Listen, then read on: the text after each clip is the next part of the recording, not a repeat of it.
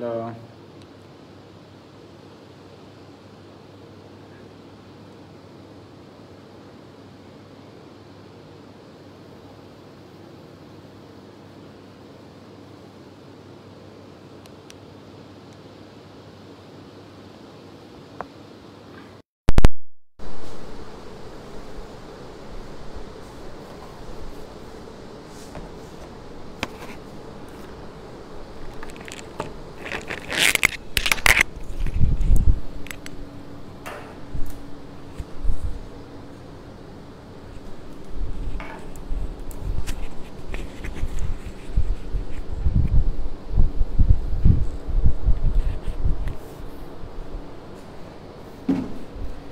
আসসালামু আলাইকুম।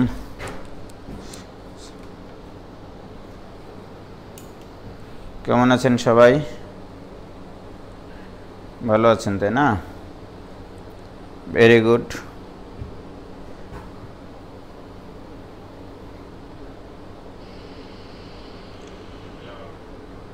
সালেক বিন হোসেন আলিফ, আলহামদুলিল্লাহ ভাই ভালো আছি। তো আমাদের এই কয়দিন ক্লাসে একটু ছন্দপতন হয়েছে, তো সেটা আমরা ইনশাল্লাহ কাভার করে ফেলব।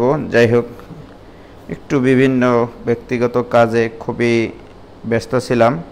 ভাই 2 দিন ধরে আপনার ক্লাস করা হয়নি, খুব খারাপ লাগে, তাই আপনার ক্লাস না করলে আবার হঠাৎ একটা অনুষ্ঠানের জন্য ক্লাস করতে পারছি না, খুব কষ্ট। হ্যাঁ, একটু কষ্টকর ব্যাপার আসলে। আমিও একটু খুবই ঝামেলার মধ্যে ছিলাম। রাতুল রয় আদাব ভাইয়া 23, রাতুল রয় ধন্যবাদ। যাই হোক, যারা নতুন যুক্ত হয়েছে, যাদের এখনও এই লিমিটের ক্লাসগুলো করা শেষ হয়নি, তারা আজকের ক্লাসে না থাকাটাই ভালো। তাদের সব শেষ করার পরে ক্লাসে যুক্ত হলে সবথেকে বেশি ভালো হবে। তো জানি তোমাদের একটু 2 দিন থেকে খারাপ লেগেছে। আজকে তো দেরি কেন ভাইয়া? আসলে মোবাইলে চার্জ ছিল না। আমি বাসায় ঢুকেছি 10টায়, মোবাইলে একটু চার্জ দিলাম যেন ক্লাসটা নেওয়া যায় এই পরিমাণ, এই জন্য একটু দেরি হয়ে গেছে, তাছাড়া অন্য কোনো কারণ নেই।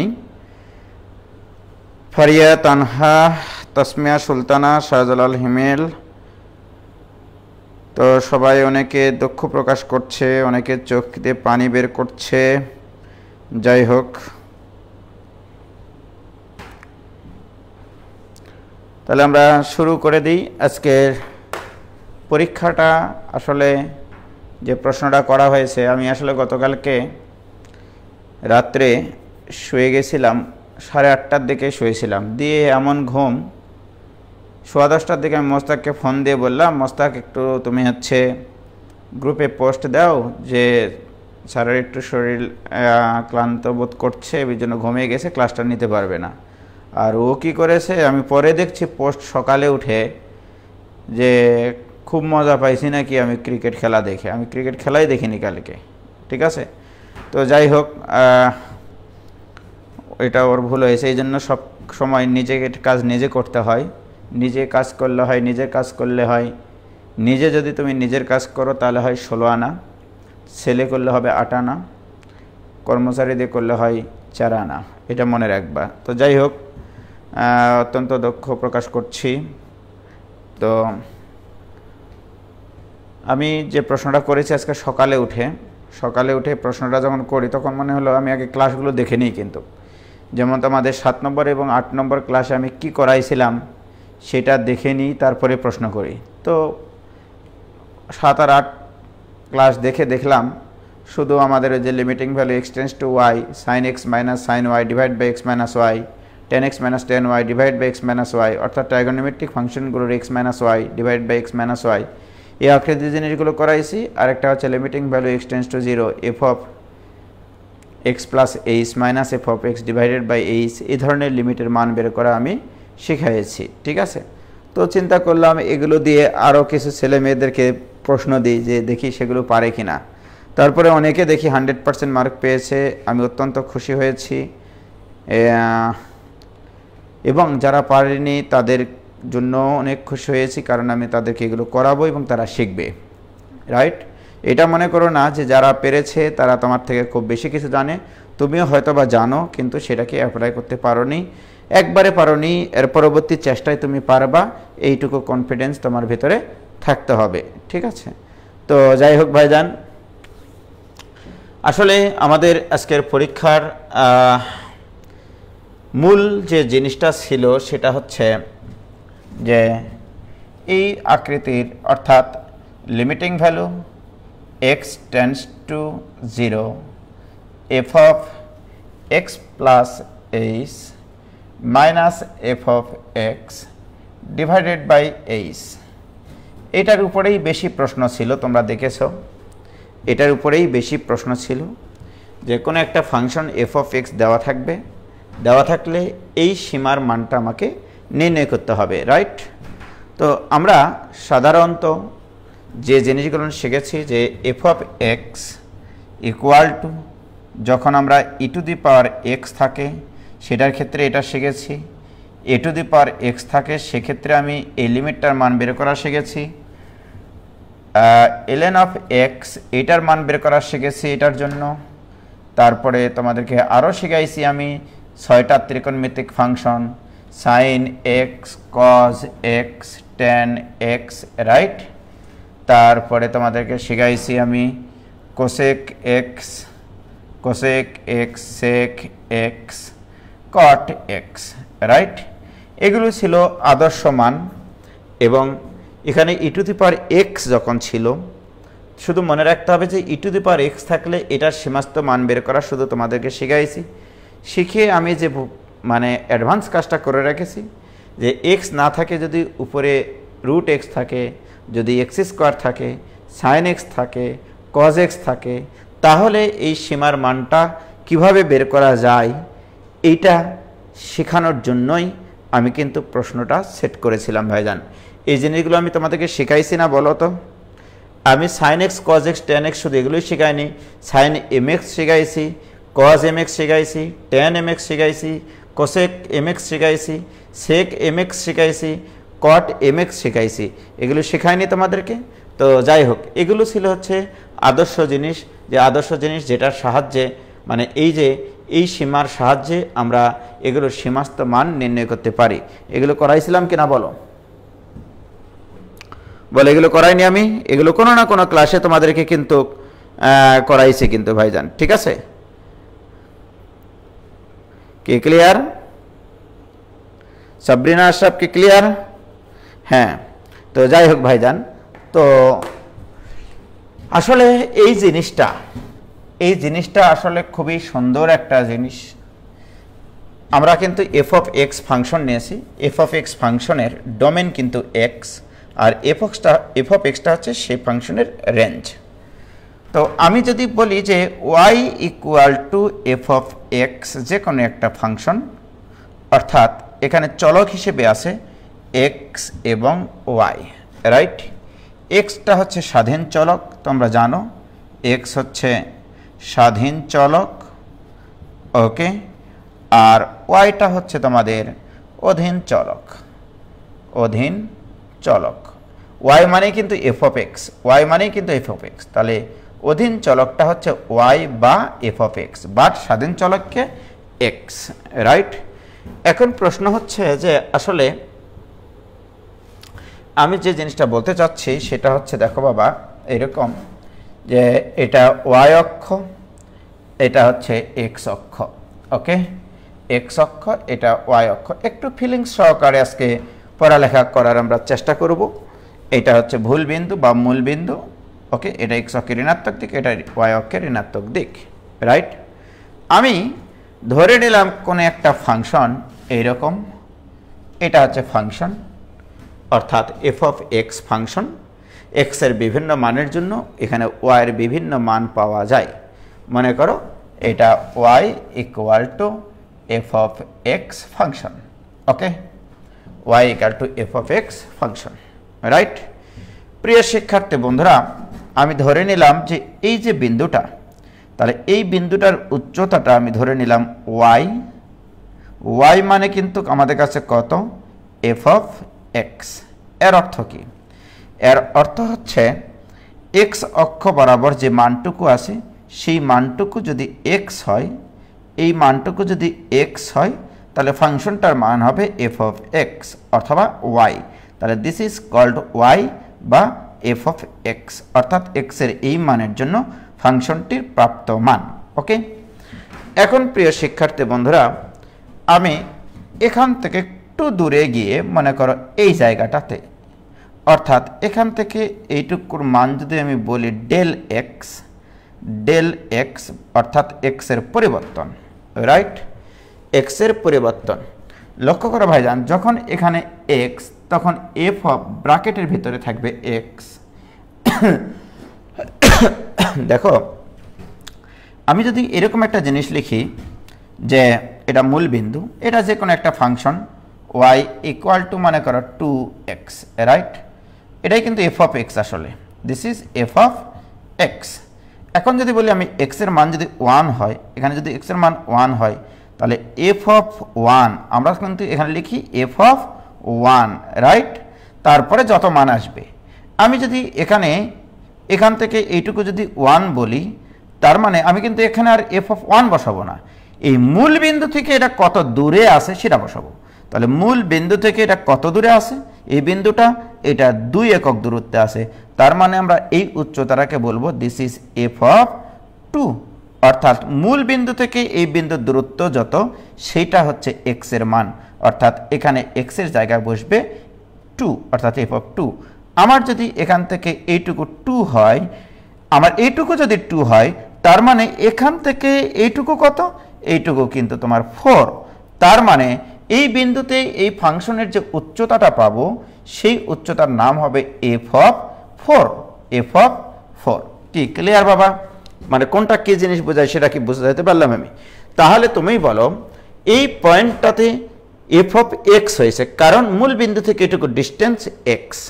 তাহলে মূল বিন্দু থেকে এখান থেকে এইটুকু ডিস্টেন্স কত, এই পয়েন্টটার ডিস্টেন্স কত, এখান থেকে এইটুকু ডিস্টেন্স কিন্তু বাবা তোমরা দেখতে পাচ্ছ এক্স প্লাস ডেল এক্স।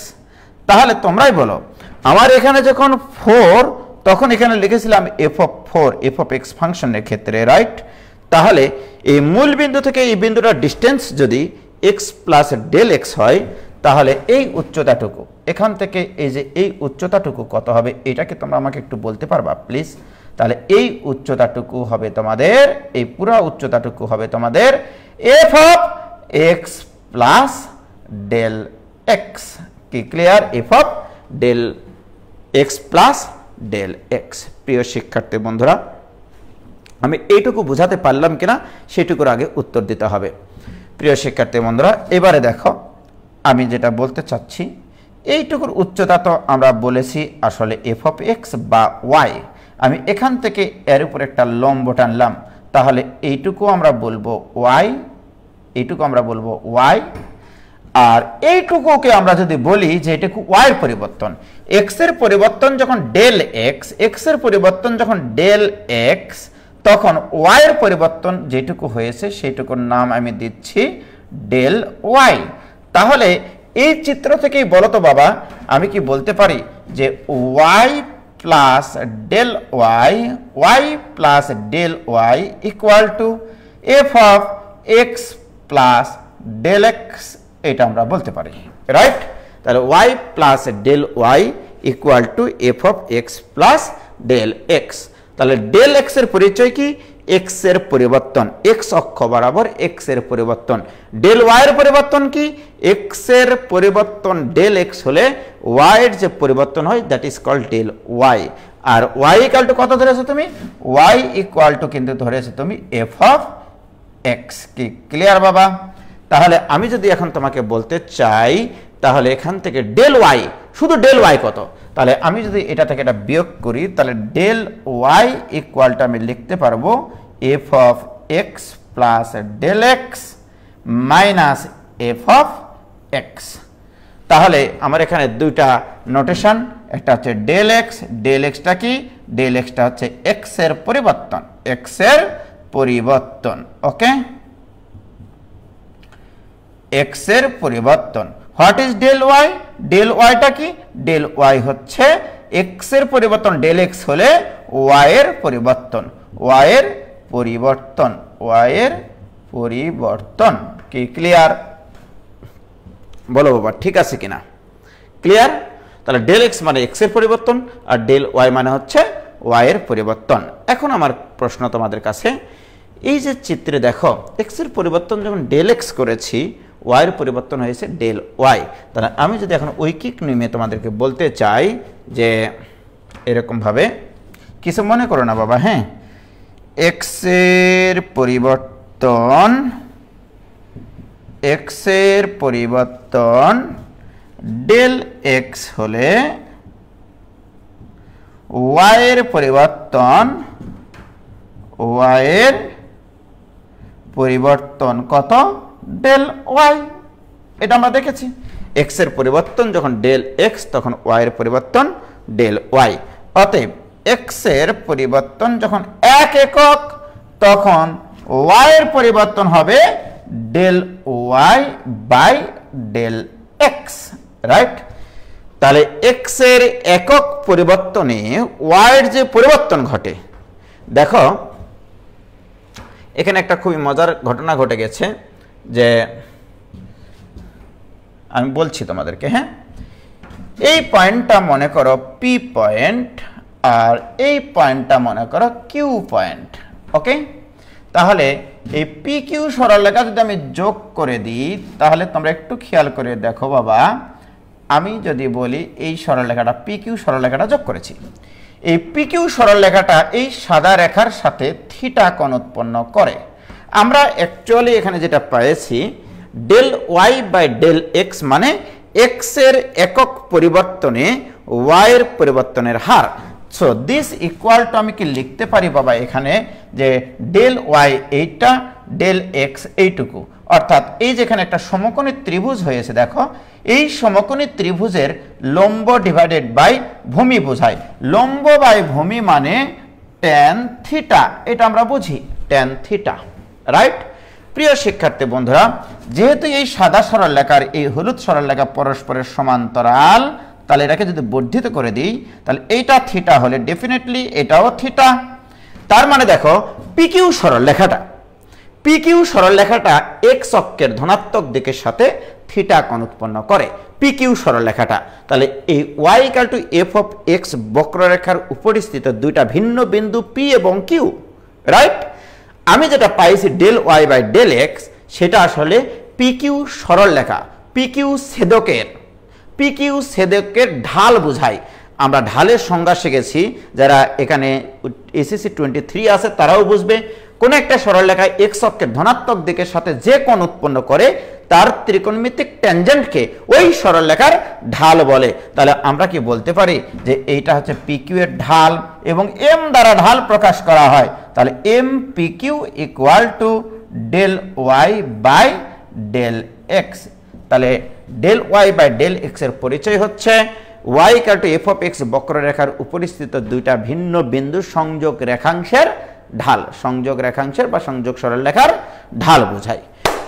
প্রিয় শিক্ষার্থী বন্ধুরা, এইবারে আমি তোমাদেরকে বলতে চাই, আস্তে আস্তে বলতেছি, দেখো যদি আমাদের, আমি আরেকটা চিত্র আঁকি একটু, তাহলে আমি সর্বপ্রথম পরিচয় দিলাম ডেল ওয়াই বাই ডেল এক্সটা কি, ওকে? এইবারে আমি তোমাদেরকে আর একটু ভালোভাবে ব্যাখ্যা দিই। দেখো বাবা, তোমরা কিন্তু মন খারাপ করবা না, হ্যাঁ? আমি একটু পড়াতে দাও আমাকে আমার মতো করে, হ্যাঁ? এখানে পি বিন্দু ছিল, এখানে কিউ বিন্দু ছিল, রাইট? এখান থেকে এর উপর লম্ব টানেছি, এইটুকু ছিল f of x, y equal to f of x, আর এখান থেকে এর উপর লম্ব টানেছিলাম, এইটুকু ছিল ডেল এক্স, এখান থেকে এর উপর লম্ব টানেছিলাম, এইটুকু ছিল ডেল ওয়াই, আর এইটুকু হচ্ছে ওয়াই, ওকে? আর এই পুরাটুকু আমরা দেখেছিলাম ফাংশনের সংজ্ঞানুসারে, আর এখান থেকে এইটুকু ছিল এক্স, ওকে? আর তাহলে এইটুকু হচ্ছে f of x plus del x. প্রিয় শিক্ষার্থী বন্ধুরা, আমি যেটা বলতে চাচ্ছি, তাহলে পি কিউ সরলরেখার ঢাল m P Q, m P Q, this equal to del y by del x, অর্থাৎ পি কিউ সরলরেখার ঢাল, এটা পি কিউ ছেদকের ঢাল। পি কিউ হচ্ছে এই বক্ররেখার একটা ছেদক, সেই ছেদকের ঢাল, রাইট? এখন আমি যদি তোমাকে প্রশ্ন করি যে এই ডেল এক্স এর পরিমাণ আস্তে আস্তে একটু কমাও, এটা তো ডেল এক্স এখান থেকে এইটুকু, রাইট? আমি যদি ডেল এক্স এর পরিমাণ এখানে কমাই এখানে নিয়ে আসলাম, ডেল এক্স এর পরিমাণ একটু কমাইলাম, তখন কিন্তু পিকিউ সরলরেখাটা আগে ছিল এখানে, এবার পিকিউ সরলরেখাটা আসবে এখানে, ওকে? এবারে যদি ডেল এক্স এর পরিমাণ আরো কমাও, এইভাবে কমাতে কমাতে কমাতে কমাতে আমি যদি এটাকে এদিকে একটু সরিয়ে নিয়ে যাই, কোনো সমস্যা নাই, এদিকে সরিয়ে নিয়ে গেলাম, নিয়ে যাওয়ার পরে এমন একটা জায়গায় আমরা গেলাম যে জায়গাটাতে এও আসলো ওই দিক থেকে, এও আসলো এই বাম থেকে, এও ডানে গেল এখান থেকে, দিয়ে এমন একটা বিন্দু পাওয়া গেল যেখানে আর ছেদক অঙ্কন করা সম্ভব না, কিন্তু একটা স্পর্শক অঙ্কন করা যায়। বলো এবার এই যে ক্ষুদ্র অংশটুকু, এই যে ক্ষুদ্র অংশটুকু, এই ক্ষুদ্র অংশটুকু কিন্তু আমরা বলতে পারি del x tends to 0, right? প্রিয় শিক্ষার্থী বন্ধুরা, আমি যদি এখন বলি ডেল এক্স টেন্ডস টু 0 হলে পি কিউ আর ছেদক থাকে না, সেটা হয়ে যায় একটা স্পর্শক, বক্ররেখার একটা নির্দিষ্ট বিন্দুতে স্পর্শক হয়ে যায়, দেখো সেটা আর ছেদ করে না। তাহলে আমি বলতে পারি ডেল এক্স টেন্ডস টু 0 হলে, ডেল এক্স টেন্ডস টু 0 হলে আমি যখন কোনো শর্ত দেব না, তখন এটা কিন্তু পি কিউ ছেদকের ঢাল, ডেল ওয়াই বাই ডেল এক্সটা হচ্ছে পি কিউ ছেদকের ঢাল, রাইট? আবার যখন ডেল এক্স টেন্ডস টু 0 হবে তখন কিন্তু আর পি কিউ ছেদক থাকবে না, সেটা কি হয়ে যাবে? বক্ররেখার স্পর্শক হবে। তাহলে ডেল এক্স টেন্ডস টু 0 হলে del y by del x, del y by del x কে বক্ররেখার y equal to f of x, y equal to f of x বক্ররেখার উপরিস্থিত যে কোনো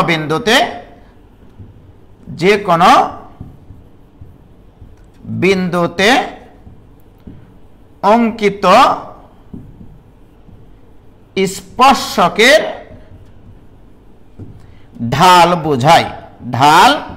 বোঝায়, তাহলে দুইটা জিনিস এখানে, একটা শুধু del y by del x, সেটা আমরা বলবো দুইটা কোন একটা বক্ররেখার উপরিস্থিত দুটা বিন্দুর সংযোগ রেখার ঢাল বা সংযোগ ছেদকের ঢাল। আর ডেল এক্স টেন্ডস টু 0 হলে, অর্থাৎ এক্স এর পরিবর্তন 0 হলে, তখন কি করবে?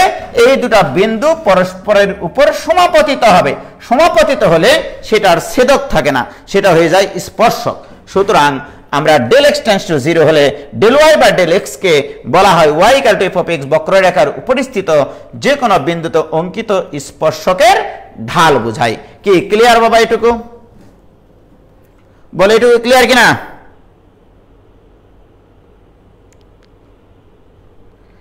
কি হয়েছে?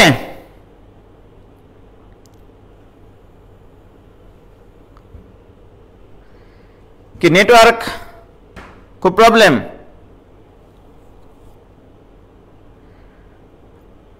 Network problem? বাবা থাকো, শেষ পর্যন্ত থাকো, অনেক কিছু জানার আছে কিন্তু আজকে। ক্লিয়ার? এটুকু ক্লিয়ার কিনা বলো? তাহলে আমরা এই যে পুরা বাংলা ভাষাটা এখানে লিখলাম, এই পুরা বাংলা ভাষাটাকে একটু সংক্ষিপ্ত রূপ দিয়ে দিই, কারণ তোমরা জানো ম্যাথমেটিশিয়ানরা অনেক কিপটা হয়, এরা খরচ করতে কম চায়, এরা কম বিনিয়োগ করে বেশি মুনাফা অর্জনের চেষ্টা করে। প্রিয় শিক্ষার্থী বন্ধুরা, এই যে জিনিসটা ডেল এক্স টেন্ডস টু 0 হলে del y by del x, তার মানে এভাবে বলবো, তাহলে limiting value del x tends to 0, এই দেখো এইটুকুর ভিতরে এই সব কথা আছে। ডেল এক্স টেন্ডস টু 0 হলে del y by del x কে del y by del x কে, তাহলে দিস আর দিস, তাহলে del y by del x এটা একটা জিনিস আর এইটা একটা জিনিস। তাহলে এই জিনিসটা থাকা মানে এই ভাষাটা বুঝতে হবে, আর এইটা থাকা মানে বক্ররেখার উপরিস্থিত দুইটা ভিন্ন বিন্দুতে যেখানে ছেদক অঙ্কন করা যায় সেই ছেদকের ঢাল বোঝায়, রাইট?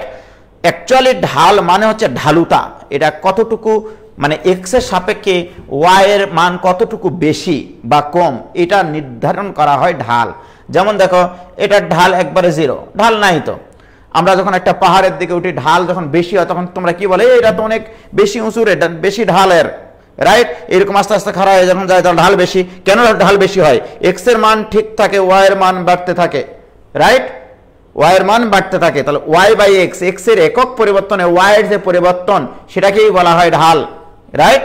তো প্রিয় শিক্ষার্থী বন্ধুরা, তাহলে এটাকে কি বলা হবে? এটাকে বলা হয় y equal to f of x ফাংশনের উপরিস্থিত যে কোনো বিন্দুতে অঙ্কিত স্পর্শকের ঢাল। তাহলে এটাকে সংক্ষেপে বললাম স্পর্শকের ঢাল, স্পর্শকের ঢাল। ওকে, আরেকটা জিনিস দেখো, del y by del x, এটাকে বলা হয় এক্স এর সাপেক্ষে ওয়াই এর পরিবর্তনের হার, রাইট? এক্স এর সাপেক্ষে ওয়াই এর, একের জন্য কোনো কিছু বের করা মানেই তো হার নির্ণয় করা, রাইট? আর আমরা যেটা বের করলাম limiting value del x tends to 0 del y by del x, এইটাকে বলা হয় তাৎক্ষণিক পরিবর্তনের হার। এটাকে শুধু বলবো আমরা পরিবর্তনের হার, এটাকে বলবো আমরা পরিবর্তনের হার, আর এই জিনিসটাকে বলবো হচ্ছে তাৎক্ষণিক পরিবর্তনের হার, তাৎক্ষণিক, ইনস্ট্যান্ট, তাৎক্ষণিক পরিবর্তনের হার। কি ক্লিয়ার প্রিয় শিক্ষার্থী বন্ধুরা? তাহলে আমরা দুইটা জিনিস দেখলাম, del y by del x আর limiting value del x tends to 0 del y by del x. কি ক্লিয়ার প্রিয় শিক্ষার্থী বন্ধুরা? গণিতবিদরা পরবর্তীতে এইটাকে প্রকাশ করলেন, এই জিনিসটাকে প্রকাশ করলেন limiting value del x tends to 0 del y by del x, এইটাকে ওনারা নামকরণ করলেন ddx of y, ddx of y, ddx of y. অর্থাৎ তার ডিডিএক্স অফ ওয়াই মানে কিন্তু ডিওয়াই বাই ডিএক্স না, এটাকে পড়তে হয় ddx of y, ddx of y, ddx of y, ddx of y, right? এবং তাহলে ডিডিএক্স অফ ওয়াই মানে তোমরা বুঝবা এই জিনিস, রাইট? আর এটা মানে কি? স্পর্শকের ঢাল। তাহলে ডিডিএক্স অফ ওয়াই নির্ণয় করা মানেই হচ্ছে বক্ররেখার উপরিস্থিত কোন একটি বিন্দুতে অঙ্কিত স্পর্শকের ঢাল নির্ণয় করা। ডিডিএক্স অফ ওয়াই মানে y equal to f of x বক্ররেখার, তাহলে এটার বাংলা ভাষাটা একটু লিখে ফেলি, ডিডিএক্স অফ ওয়াই, এইটা মানে হচ্ছে y equal to f of x বক্ররেখার, এফ অফ এক্স বক্ররেখার উপরিস্থিত, বক্ররেখার উপরিস্থিত যে কোনো বিন্দুতে, যে কোনো বিন্দুতে অঙ্কিত স্পর্শকের, অঙ্কিত স্পর্শকের ঢাল বোঝায়, রাইট? তাহলে ডিডিএক্স অফ ওয়াই মানে হচ্ছে limiting value del x tends to 0 del y by del x. কি ক্লিয়ার প্রিয় শিক্ষার্থী বন্ধুরা? এটা নিয়ে আরেকটু আমরা কথা বলি যে আমরা তাহলে কি জিনিস পড়াতে যাচ্ছে। তোমরা ইতিমধ্যে অনেকে বুঝে গেছো 21, 22 বা 23-এর জন্য আমি একটু ভিতর থেকে পড়াচ্ছি। তাহলে ডিডিএক্স অফ ওয়াই, এইটা মানে এখন থেকে আমরা বুঝবো লিমিটিং ভ্যালু এক্স এর পরিবর্তন যদি শূন্যের সন্নিকটবর্তী হয় তাহলে এক্স এর সাপেক্ষে ওয়াই এর পরিবর্তনের হার। এটাকে আমরা বলবো এক্স এর পরিবর্তন শূন্যের সন্নিকটবর্তী হলে এক্স এর সাপেক্ষে ওয়াই এর পরিবর্তনের হার। এই জিনিসটাকে এইভাবে পড়তে পারি আমরা, এক্স এর পরিবর্তন শূন্যের সন্নিকটবর্তী হলে এক্স এর সাপেক্ষে ওয়াই এর পরিবর্তনের হারকে বলা হয় ডিডিএক্স অফ ওয়াই। লিখো, নোট করো। এই জিনিসটার বাংলা অর্থ হচ্ছে দ্বিমাত্রিক তলে এক্স এর পরিবর্তন শূন্যের সন্নিকটবর্তী হলে এক্স এর সাপেক্ষে ওয়াই এর পরিবর্তনের হার, এক্স এর সাপেক্ষে ওয়াই এর পরিবর্তনের হারকেই বলা হয় ডিডিএক্স অফ ওয়াই, বা এক্স এর সাপেক্ষে ওয়াই এর ডিফারেন্সিয়েশন। এটাকেই বলা হচ্ছে ডিফারেন্সিয়েশন। এই যে জিনিসটা এটাকেই বলা হয় এক্স এর সাপেক্ষে ওয়াই এর ডিফারেন্সিয়েশন বা অন্তরক সহগ বা অন্তরীকরণ। কি ক্লিয়ার প্রিয় শিক্ষার্থী বন্ধুরা? This equal to limiting value del x tends to 0। এবারে বিজ্ঞানীরা চিন্তা করলেন, ম্যাথমেটিক্সরা চিন্তা করলেন, যেটাকে আরেকটু সুন্দরভাবে লিখি। y প্লাস ডেল y লিখলেন, মাইনাস এখানে আবার y লিখলেন, বললেন যেখানে তো y ছিল তাহলে y plus del y minus y লিখবো ডিভাইডেড বাই ডেল x। কারণ কি আমরা প্রথমে দেখেছি y equal to f of x, গ্রাফে দেখো একটু খেয়াল করে y equal to f of x, এবং আরেকটা জিনিস আমরা দেখতে পাইছিলাম, এখানে দুইটা গ্রাফ অঙ্কন করেছিলাম, দেখো y equal to f of x আর y plus del y equal to f of x plus del x। তার মানে আমরা যে জিনিসটা এখানে করতে চাচ্ছি যে y equal to f of x, তাহলে y প্লাস ডেল y আমরা লিখে রাখিছি, দেখো f of x plus del x, এই জিনিসটা লিখে রাখিছি আগেই।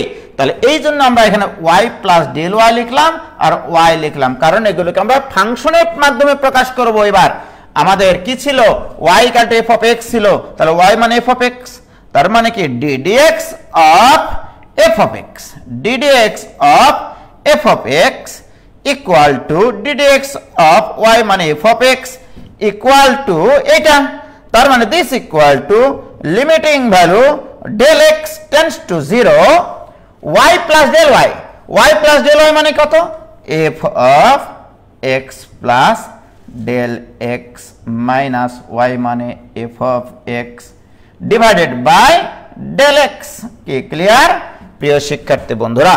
তাহলে দেখো গণিতবিদ্যা একটু কিপটাই হয় আসলে, হ্যাঁ। অতএব ddx of f of x this equal to limiting value, এই যে ডেল x, গণিতবিদরা কিপটা হয়, খরচ করতে চায় না। তোমাদেরকে আগে বলেছি ডেল x এর পরিচয় কি, x এর পরিবর্তন। তখন গণিতবিদরা বললেন তাহলে ডেল x এর জায়গায় আমরা h বসাই, h মানেই হচ্ছে x এর পরিবর্তন, h মানেই হচ্ছে x এর ক্ষুদ্র পরিবর্তন। তার মানে যেখানে যেখানে ডেল x আছে সেখানে সেখানে তারা h বসাতে চায়। তাহলে এখানে limiting value h tends to 0 f of x plus h minus f of x divided by h। Wow, this is the limit। আমরা এতদিন থেকে এই লিমিটটা করে আসতেছি, বাট হোয়াট ইজ দিস, এটা কি মিন করে এইটা আমরা কিন্তু বুঝতে পারছিলাম না। যে limiting value h tends to 0 f of x plus h minus f of x divided by h, what is this, this is ddx of f of x। এর বাংলা কি, এর বাংলা কয়েকটা আছে, একটা হচ্ছে x এর সাপেক্ষে f অফ x ফাংশনের ডিফারেন্সিয়েশন, x এর সাপেক্ষে f অফ x ফাংশনের ডিফারেন্সিয়েশন, অথবা আমরা বলবো f অফ x ফাংশনের উপরিস্থিত কোন একটা বিন্দুতে অঙ্কিত স্পর্শকের ঢাল বোঝায়। আমাদের এখন প্রশ্ন, এগুলো শিখে আমরা কি করব?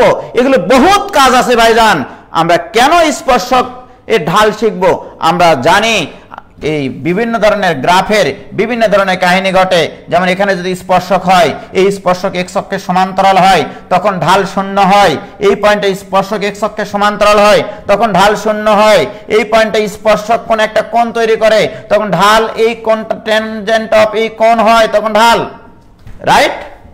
এগুলো দিয়ে অনেক কিছু করা যায় ভাইজান। এগুলো তো আমরা আস্তে আস্তে আসবো যে কেন আমরা এই ডিফারেন্সিয়েশন শিখতেছি এবং বিভিন্ন ধরনের ফাংশনের ফাইনালিস্ট দিন শেষে আমরা কিসের জন্য ডিফারেন্সিয়েশন শিখি, কেন শিখি, আমরা ওই পর্যন্ত যাওয়ার আগে আসলে আমরা কিছু প্রকৃতির কিছু আকৃতির ফাংশনের ডিফারেন্সিয়েশন কিভাবে নির্ণয় করা যায় সেটা আগে শিখতে হয়, নইলে আমরা আসলে এই মানগুলো বের করতে পারবো না, রাইট? এই জন্য বিভিন্ন প্রকারের বিভিন্ন আঙ্গিকে বিভিন্ন অ্যাঙ্গেল থেকে বিভিন্ন ধরনের ফাংশনের তোমাকে এই হচ্ছে পরিবর্তনের হার বের করা শিখতে হবে এক্স এর অতীব ক্ষুদ্র পরিবর্তনের জন্য, রাইট? এখন যদি আমি তোমাদেরকে বলি ভাইজান যে এই জিনিসটা, তাহলে আমরা বলি যে তাৎক্ষণিক পরিবর্তন, এটাও বলতে পারি এক্স এর সাপেক্ষে ওয়াই এর তাৎক্ষণিক পরিবর্তন, রাইট? আমি যদি এখন তোমাদেরকে বলি যে এই যে এই অ্যাক্সিস বরাবর টাইম, এই অ্যাক্সিস বরাবর টাইম আছে আর এই অ্যাক্সিস বরাবর মনে করো সরণ আছে, সরণ এস দিলাম আর কি এই বরাবর, রাইট? তাহলে এদিকে টি অ্যাক্সিস। তাহলে প্রিয় শিক্ষার্থী বন্ধুরা, যদি আমরা এটা লিখি limiting value del t tends to 0, del t tends to 0, তাহলে del s by del t, what is this? এটার বাংলা বুঝবো আমরা, সময়ের পরিবর্তন শূন্যের সন্নিকটবর্তী হলে, সময়ের পরিবর্তন শূন্যের সন্নিকটবর্তী হলে সময়ের সাপেক্ষে সরণ পরিবর্তনের হার। তাহলে এই জিনিসটার বাংলা হচ্ছে সময়ের পরিবর্তন, সময়ের পরিবর্তন, সময়ের পরিবর্তন শূন্যের সন্নিকটবর্তী হলে, শূন্যের সন্নিকটবর্তী হলে সময়ের সাপেক্ষে, সময়ের সাপেক্ষে সরণ পরিবর্তনের হার, সরণ পরিবর্তনের হার, সরণ পরিবর্তনের হার।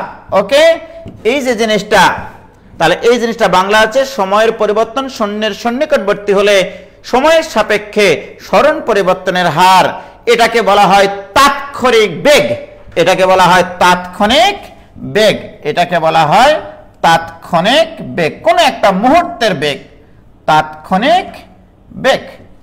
তোমরা সরল রেখা বরাবর বেগ বের করতে পারো, বক্ররেখা বরাবর বেগ, তাৎক্ষণিক বেগ নির্ণয় করতে গেলে ভাইজান এই জিনিসটা বের করতে হয়। আর এটাকেই সংক্ষেপে লেখা হয়, আমরা যখন এটাকে লিখতেছি এরকম limiting value del x tends to 0 del y by del x, এটাকে যেমন আমরা লিখতেছি ddx of y, ddx of y, অনুরূপভাবে এটাকে লেখা যায় ddt of s, ddt of s. এই ডিডিটি অফ এস কে বলা হয় তাৎক্ষণিক বেগ বা কোন এক মুহূর্তের বেগ ভি, এটাকে বলা হয় তাৎক্ষণিক বেগ। কি ক্লিয়ার ভাইজান? কি অবস্থা? দিস ইজ কল্ড, হ্যাঁ তাৎক্ষণিক বেগ। অর্পণ ঠিক লিখেছো, খুবই সুন্দর লিখেছো। এখন 220 জন ছিল, 175 জন কোথায় গেল? আমি তাৎক্ষণিক বেগে ক্লাসে জয়েন করে ফেললাম ভাই। কয় পেজ ফাঁকা রাখবো বলো সবাই? তোমার কোনো পেজ ফাঁকা রাখা লাগবে না। তোমার পেজের ফাঁকার পরিমাণ যদি শূন্যের সন্নিকটবর্তী হয়, ঠিক আছে, এবং তোমার লেখার পরিমাণ যদি ডেল ওয়াই হয়, তাহলে লিমিটিং ভ্যালু ডেল টি বা ডেল এক্স, মানে ফাঁকা রাখার জায়গা del x tends to 0 del y by del x পরিমাণ তুমি জায়গা ফাঁকা রাখো, তাহলেই হবে। কি ক্লিয়ার? ওকে, তাহলে দিস ইজ কল্ড তাৎক্ষণিক বেগ। তাহলে this is called f of x এর তাৎক্ষণিক পরিবর্তন, কোন এক মুহূর্তের পরিবর্তন। ভাইজান মনে করো, আমি এইরকম এক উদাহরণ অনেকবারই দিয়েছি আগে। আমি যে রুমে পড়ালেখা করি সেই রুমের জানালার পাশে আমার সামনে বাগান, সেই বাগানে একটা পেয়ারা গাছ লাগাইলাম আজকে 5 তারিখ, আগস্টের 5 তারিখে, রাইট? প্রত্যেক দিন ওই গাছটাকে আমি দেখতে থাকি। সুতরাং প্রকৃতির নিয়মে তোমার চোখে ফাঁকি দিয়ে, ঝাঁকি দিয়ে ঠিকই কিন্তু এই গাছটা বড় হতে থাকে, কিন্তু তোমার চোখে পড়ে না যে গাছের পরিবর্তন কত। প্রত্যেক দিন মনে হয়, সব সময় যদি তুমি গাছটাকে দেখো, প্রত্যেক দিন ঘুম জেগে ঘুম না পেরে গাছটাকে যদি তুমি সব সময় দেখতে থাকো, তোমার কাছে কিন্তু পরিবর্তন লক্ষ্য করা যাবে না। প্রত্যেকটা বাবা মায়ের কাছে সন্তান এরকম, যেহেতু প্রত্যেকটা বাবা মায়ের সামনেই সন্তান আস্তে আস্তে বড় হয়, তখন বাবা মারাও বুঝতে পারে না, ঠিকই প্রকৃতির নিয়মে ফাঁকি দিয়ে ঝাঁকি দিয়ে তুমি কিন্তু লম্বা হতে থাকো, রাইট? দেখো, আমি যদি এমনটা করতাম যে আমি আমার বাগানে একটা পেয়ারা গাছ লাগিয়ে 2021 সালে 5ই আগস্ট একটা পেয়ারা গাছ লাগিয়ে বাইরে গেলাম পড়ালেখা করতে, 10 বছর পরে এসে দেখি সেই পেয়ারা গাছে কত পেয়ারা ধরে আছে, রাইট? তুমি চিন্তা করতে পারো যে তোমার চোখে এবার ফাঁকি দেয়নি, সে ঠিকই ঝাঁকি দিয়ে এই কয়েক বছরের ব্যবধানে গাছটা অনেক বড় হয়ে গেছে। তার মানে কি, সময়ের পার্থক্য যখন বেশি হয় তখন তার পার্থক্যটা চোখে পড়ে। বাট যদি সময়ের পরিবর্তন শূন্যের সন্নিকটবর্তী হয়, সেই মুহূর্তে ওই গাছের পরিবর্তনের, ওই গাছের দৈর্ঘ্যের পরিবর্তন কত ছিল সেই মুহূর্তের পরিবর্তনের হার বের করা যায় এগুলো দিয়ে, রাইট? প্রিয় শিক্ষার্থী বন্ধুরা, তাহলে এই জিনিসটা আসলে পরিবর্তনের হার বোঝায়, তাৎক্ষণিক পরিবর্তনের হার বোঝায়। সুতরাং এটাকে বলা হয় এফ অফ এক্স ফাংশনের ডিফারেন্সিয়েশন, এক্স এর সাপেক্ষে এফ অফ এক্স ফাংশনের ডিফারেন্সিয়েশন। সুতরাং এই লিমিটের মান এই জন্য আমি বারবার বের করাইছিলাম তোমাদের e to the power x, sine x, cos x, tan x, sec x ইত্যাদিগুলো করাইছিলাম, রাইট? আজকে পরীক্ষায় আমি যেগুলো দিয়েছিলাম ভাইজান খেয়াল করো, দেখো আমার যখন, তাহলে এই জিনিসটাকে আমরা আরেকটু লিখি, ddx of f of x, এটাই কিন্তু মূল সূত্র। This equal to limiting value h tends to 0। H এর পরিচয় কি? এইচ এর পরিচয় হচ্ছে এক্স এর ক্ষুদ্র পরিবর্তন, f of x plus h minus f of x divided by h, right? তাহলে এইটাকে কি বলা হচ্ছে? এক্স এর সাপেক্ষে এফ অফ এক্স এর ডিফারেন্সিয়েশন। তাহলে এটার নামকরণ এটাও বলতে পারি আমরা, এক্স এর সাপেক্ষে এফ অফ এক্স এর অন্তরীকরণ বা ডিফারেন্সিয়েশন, অন্তরীকরণ বা ডিফারেন্সিয়েশন, রাইট? এবং এই যে এটা ডিফারেন্সিয়েশন করার জন্য আমরা যে লিমিটটা ব্যবহার করে এই ডিফারেন্সিয়েশনটা বের করি, এটাকে বলা হয় ডিফারেন্সিয়েশন নির্ণয়ের মূল সূত্র বা মূল নিয়মের সূত্র। তাহলে এই জিনিসটা পুরাটাকে বলা হয় ডিফারেন্সিয়েশন এফ অফ এক্স ফাংশনের, ঠিক আছে? এফ অফ এক্স ফাংশনের ডিফারেন্সিয়েশন নির্ণয় বা অন্তরীকরণ নির্ণয়ের বা অন্তরক সহগ নির্ণয়ের ডিফারেন্সিয়েশন সবই বলে দিচ্ছি, হ্যাঁ? ডিফারেন্সিয়েশন নির্ণয়ের মূল সূত্র, নির্ণয়ের মূল নিয়মের সূত্র, মূল নিয়মের সূত্র। প্রিয় শিক্ষার্থী বন্ধুরা, আমি ইতিমধ্যে তোমাদেরকে মূল নিয়মের সূত্র সব শিখিয়েছি। তোমরা ত্রিকোণমিতির 7 এবং 8 নম্বর ক্লাস, 8 এবং 9, 5, 6, 7, 6, 7, 8, 9, 8, 9 নম্বর লেকচার করলে এই সব কটার তোমরা মূল নিয়ম অন্তরক সহগ পারবা, রাইট? আমি তোমাদেরকে তাহলে আজকে নতুন করে বাড়ির কাজ দিচ্ছি, এই জিনিসগুলো বাসায় করবা, হোমওয়ার্ক লিখে ফেলো। মূল নিয়মে এক্স এর সাপেক্ষে, মূল নিয়মে এক্স এর সাপেক্ষে, এগুলো হোমওয়ার্ক। মূল নিয়মে এক্স এর সাপেক্ষে e to the power x, a to the power x, ln x, sin x, cos x, tan x, cot x, cosec x, cosec x, sec x, ওকে? এদের অন্তরক সহগ নির্ণয় করো। অবশ্যই করবা কিন্তু আজকে আবার অন্তরক সহগ নির্ণয় করো। শুভ, তুমিও করবা কিন্তু, নির্ণয় করো, অবশ্যই করবা। এটা 1 নম্বর, ওকে? 2 নম্বর, এখানে যে কটা ফাংশন আমি লিখেছি প্রত্যেকটা ফাংশনের জায়গায় এক্স এর স্থলে mx বসিয়ে আবার সেগুলো করবা mx, অর্থাৎ e to the power mx এর অন্তরক সহগ, a two the power mx এর অন্তরক সহগ, লনেরটা দরকার নাই, লনেরটা দরকার হয় না, sin mx এর অন্তরক সহগ, cos mx এর অন্তরক সহগ, তারপরে tan mx এর অন্তরক সহগ, রাইট? এগুলো প্রত্যেকটার অন্তরক সহগ তোমরা বের করবা। কথা দাও, বের করতে পারবা কিনা বলো, কি পারবা কিনা বলো? সালেক বিন হোসাইন আলী, প্রথম 3টা বাদে সবই করা আছে, তাহলে কি আমি প্রথম 3টা একটু আলোচনা করব নাকি? হ্যাঁ, প্রথম 3টা কি একটু আলোচনা করব? তোমরাই বলো ভাইজান, প্রথম 3টা কি আলোচনা করব? আমি প্রত্যেকটা কিন্তু আমি তোমাদেরকে লিমিটে করাইছি, কারণ মূল নিয়মে অন্তরক সহগ মানে তোমাদেরকে বুঝতে হবে এই লিমিটটার মান বের করা।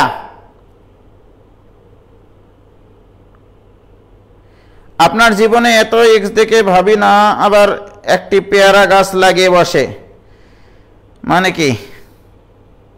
কি clear?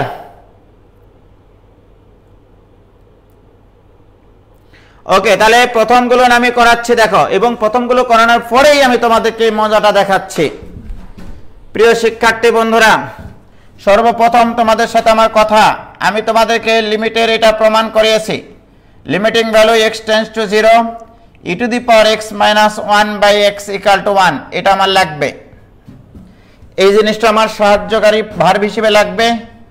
Limiting value x tends to 0, এগুলো আমি তোমাদের করাইছি। e to the power x minus 1 by x, এটা ইকুয়াল টু ln a, এগুলো সাহায্যকারী ভার্ব হিসেবে লাগবে মূল নিয়মের অঙ্ক করতে গেলে। Limiting value x tends to 0 ln of 1 plus x by x this equal to 1, এগুলো সাহায্যকারী ভার্ব হিসেবে আমার লাগবে। আর এটা লাগবে কি জানো? Limiting value x tends to 0 sin x by x equal to 1, এটাও আমার সাহায্যকারী ভার্ব হিসেবে লাগবে। আর কিছু লাগবে না, মোটামুটি এগুলো সাহায্যকারী ভার্ব হিসেবে লাগবে। মনে রাখবা এই চারটা জিনিস আদর্শ। এর সাথে আরেকটা দিয়ে দিই, তাহলে তোমাদের মন খারাপ হবে না। প্রিয় শিক্ষার্থী বন্ধুরা, এই পাঁচটা জিনিসের উপর নির্ভর করবা তোমরা, দেখবা সব কটা অঙ্ক হয়ে গেছে। মনে রাখবা এই পাঁচটা সূত্র। শুভ, তুমিও দেখে নাও, জীবনে তো অঙ্ক শেখো নাই, নটর ডেমে পড়েছো, আমাকে উজ্জ্বলকে তার পাওনি সেই সময়। কি শিখেছো জানি না।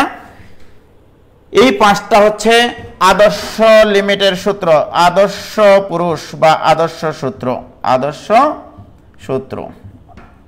ওকে, অর্থাৎ ই টু দি পাওয়ার এক্স থাকাটা আদর্শ, এক্স না থাকলেও এর গুণিতক থাকাটাও আদর্শ, এক্স না থাকে যদি এম এক্স থাকে সেটাও আদর্শ, এ ছাড়া যদি কোনো কিছু থাকে সেটা অনাদর্শ।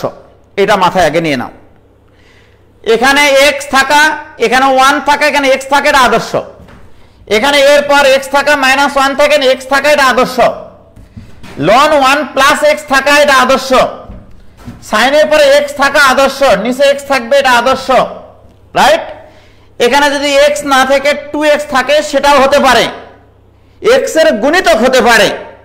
এ ছাড়া যদি অন্য কিছু থাকে তাহলে মনে করবা এগুলো অনাদর্শ। এই জিনিসগুলোকে আদর্শ ফরম্যাটে, আদর্শ আকারে নিয়ে আসার চেষ্টা করতে হবে। এবারে কিন্তু আমরা আসল খেলা শুরু করব ভাইজান, রাইট? একটা একটা করে শুরু করতেছি। শুভ, তুমি একটু শেখো, কাজে লাগবে। অঙ্ক পারলে বায়োলজি ভালো পারা যায়। প্রথম প্রশ্ন, আমরা মূল নিয়মে এক্স এর সাপেক্ষে, মূল নিয়মে এক্স এর সাপেক্ষে প্রশ্নটা লিখতেছি একবার। হ্যাঁ, মূল নিয়মে এক্স এর সাপেক্ষে, এক্স এর সাপেক্ষে ই টু দি পাওয়ার এক্স এর অন্তরক সহগ, অন্তরক সহগ নির্ণয় করো। এইটা তোমার পরীক্ষায় আসবে। এখন তোমাকে জানতে হবে, বাঁচতে হলে মূল নিয়মে অন্তরক সহগ বের করতে গেলে এই সূত্রটা ব্যবহার করতে হবে, রাইট? কি? F of x, F of x এর ডিফারেন্সিয়েশন। তাহলে এফ অফ এক্স তোমার কি দেওয়া আছে? ই টু দি পাওয়ার এক্স, সুতরাং তোমাকে এফ অফ এক্স ধরতে হবে। সর্বপ্রথম কাজ হচ্ছে সলভ শুরু করতেছি আস্তে আস্তে ভাইজান। দেখো, এইভাবে লিখবা। শুভ, খাতায় তোলো। ধরি f of x equal to e to the power x, ধরি f of x equal to e to the power x. এটা আমার ফাংশন, এই ফাংশনটারই ডিফারেন্সিয়েশন লাগবে। এটার মূল সূত্রে আমার কি কি সহযোগিতা নিতে হয়? মূল সূত্রে এফ অফ এক্স আছে, F of x plus H আছে, সুতরাং আমি এফ অফ এক্সটা আগে বের করে নিব। F of x plus h this equal to e to the power, বলো এক্স এর জায়গায় এক্স প্লাস এইচ বসাইছি, তাহলে এখানে এক্স এর জায়গায় এক্স প্লাস এইচ বসাবো। প্রিয় শিক্ষার্থী বন্ধুরা, এবারে লিখবা মূল নিয়মের সংজ্ঞানুসারে পাই, মূল নিয়মের সূত্রানুসারে পাই। এইভাবে লিখতে হয় পরীক্ষায়। মূল নিয়মের, আসল খেলা কিন্তু শুরু হয়নি এখনো। মূল নিয়মের সূত্রানুসারে পাই, কি পাই? আমরা জানি ডিডিএক্স অফ পৃথিবীর যে কোনো ফাংশন, পৃথিবীর যে কোনো ফাংশন, এফ অফ এক্স মানে যে কোনো ফাংশন, দিস ইকুয়াল টু আমরা শিখেছি লিমিটিং ভ্যালু এক্স এর ক্ষুদ্র পরিবর্তন tends to 0, f of x plus ক্ষুদ্র পরিবর্তন h minus f of x divided by h. This is called মূল নিয়মের সূত্র বা মূল সূত্র, principal formula to find out the differentiation of f of x, right? তাহলে এফ অফ এক্স ফাংশনের ডিফারেন্সিয়েশন নির্ণয়ের এটা মূল সূত্র। এখন তুমি দেখবা তোমার কাছে f of x কি e to the power x। প্রিয় শিক্ষার্থী বন্ধুরা, অতএব ddx of e to the power x, okay, this equal to limiting value h tends to 0। এবার f of x plus h এর মান প্রয়োজন, f of x plus h এর মান প্রয়োজন। f of x plus h এর মান কত? e to the power x plus h minus e to the power x divided by h। অর্থাৎ তুমি বলতেছো e to the power x এর ডিফারেন্সিয়েশন নির্ণয় করতে গেলে এই লিমিটটা নির্ণয় করতে হবে। এই জন্য আমরা আগে লিমিট শিখেছি ডিফারেন্সিয়েশন শেখার আগে। this equal to limiting value h tends to 0। এখানে দেখো e to the power x into e to the power h লেখা যায় ভাইরা আমার, minus e to the power x। এটা সূচকের সূত্র ক্লাস 9 10 এ শিখেছো, রাইট? প্রিয় শিক্ষার্থী বন্ধুরা, এবার আমরা ওখান থেকে e to the power x common নেই। Limiting value h tends to 0, e to the power x common নেই। e to the power x common নিলে কত হয়? e to the power h minus 1 divided by h, ওকে? তোমাদের কাছে আমার প্রশ্ন, জাতীয় প্রশ্ন, এখানে কি টেন্স টু 0 আছে? h টেন্স টু 0 আছে। সুতরাং h এর উপরে তোমার ফাংশনটা নির্ভরশীল, x এর উপরে এখানে না। তাহলে আমার e to the power x টা এখানে বাইরে চলে আসবে, কারণ এর উপরে কোনো প্রভাব এটা ফেলবে না। তাহলে থাকলো তোমাদের limiting value h tends to 0, e to the power h minus 1 divided by h। প্রিয় শিক্ষার্থী বন্ধুরা, দিস ইজ সেই আদর্শ পুরুষ। এই আদর্শ পুরুষের মান কত? 1 e to the power x into 1, this equal to e to the power x। তাহলে অতএব আমরা বলতে পারি ddx of e to the power x equal to e to the power x। মনের খাতায়, স্মৃতির পাতায় ফোটায় ফোটায় লিখে রাখো e to the power x এর differentiation e to the power x। অর্থাৎ পৃথিবীতে একটাই ফাংশন আছে যে ফাংশনের ডিফারেন্সিয়েশন সেটাই হয়, তাছাড়া পৃথিবীতে আর কোনো ফাংশন হতে পারে না যেটা ডিফারেন্সিয়েশন ওটাই হয়। দেখবো আস্তে আস্তে আমরা। এটা কি ক্লিয়ার? এটুকু বলে, এটুকু ক্লিয়ার কিনা ভাইয়া? বললো সলভ ক্লাস হবে, এগুলো যে কি হচ্ছে সুমাইয়া ইসলাম, ওয়েট করতে হবে, ঠিক আছে? আমি তোমার পায়ের তলায় মাটি না তৈরি করে আমি কি সলভ করাবো তোমাকে বলো?